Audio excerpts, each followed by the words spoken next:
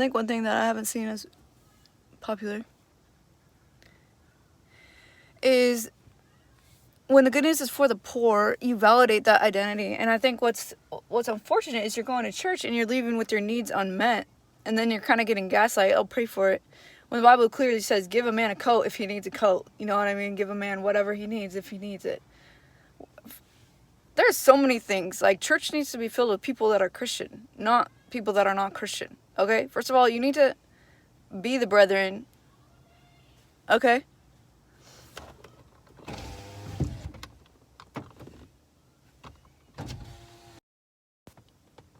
Yeah, I can't remember what I was talking about. Some girl just started manifesting, so pray for her. I just prayed for her, so I just said there's freedom in Jesus. She's yelling at me like, you know, people's trauma, whatever psychology gets twisted when you're a kid. Demons just manifest and capitalize on your pain, y'all. That's all I have to say. So pray for these homeless people. At least pray one layer off of them. If you see them, say, God, cover them in the balm of heaven by the blood of Jesus Christ. Let every injustice be forgiven and covered by the grace of God. It's written in the book of the Lamb.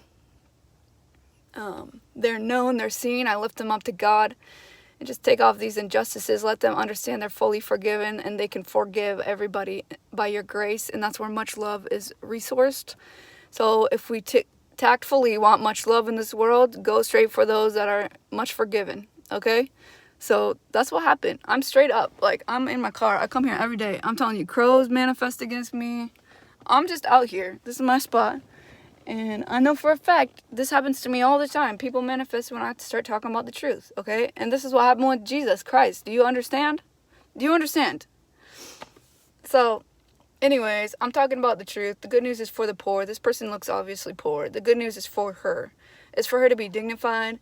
And that's what the disservice of the church is because for me, I personally think it looks really cute and it's operating, but it's like, sometimes when you're so stable and comforted, you don't really need faith. And then there's people out here struggling and you're like, oh, just pray about it. And you're not offering any resources. We don't get to eat together.